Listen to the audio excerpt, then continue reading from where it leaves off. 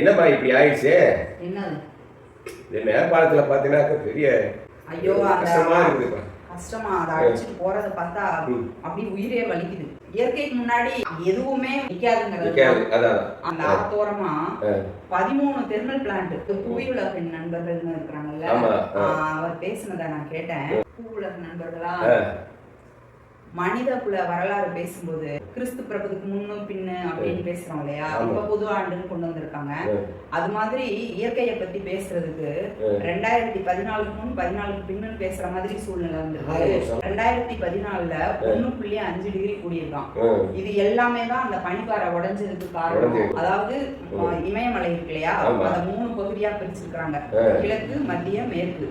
அந்த இதுல இப்ப ஒரு பகுதியில மட்டும், அந்த மேற்கு பகுதியில தான் இந்தியா இருக்கா, அந்த பகுதி அதுல மட்டுமே 25,000 ஏரி இருக்கான். இந்த பனி நீர் தேங்கி ஏரி. வெப்பம் கூட கூட பனி கெட்டியான பனி உருகி வந்து செவுரு போல லேசான பனி கெட்டி இருக்கிற ஒரு சின்ன மெல்லிய செவுரு போல நின்னு அதுக்குள்ள தண்ணி தேங்கி நிக்குமா.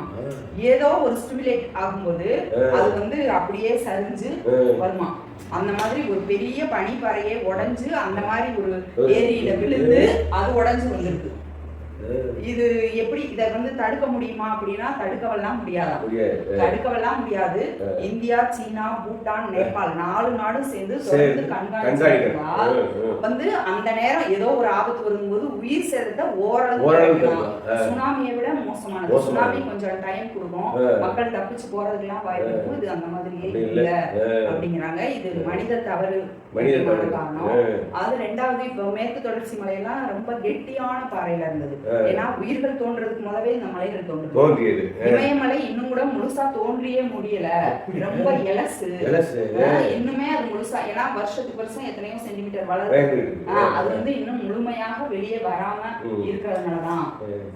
இது உதாரணம் சொல்லணும்னா நம்ம செம்பரப்பாக்கம் ஏரி உடைஞ்சது இல்ல, உடைஞ்சு அப்படியே சென்னை இதாச்சுல, அது மாதிரி கட்டுப்படுத்த இப்ப இது வந்து திறந்து விடாம அந்த மாதிரி ஆச்சு. அது இயற்கையாகவே உடைச்சிருச்சு. இயற்கையா உடைச்சிருச்சு. அதுலயும் மனித தவறு இருக்கு. இப்ப நம்ம சுற்றுலா போறோம், ஆன்மீக சுற்றுலா போறோம், அந்த மக்கள் கூட கூட வர்றாங்கன்னு போது அவங்க தங்குறதுக்கு வியாபார நோக்கமா அதுக்கான சாலை வசதி எல்லாம் போடுறாங்க.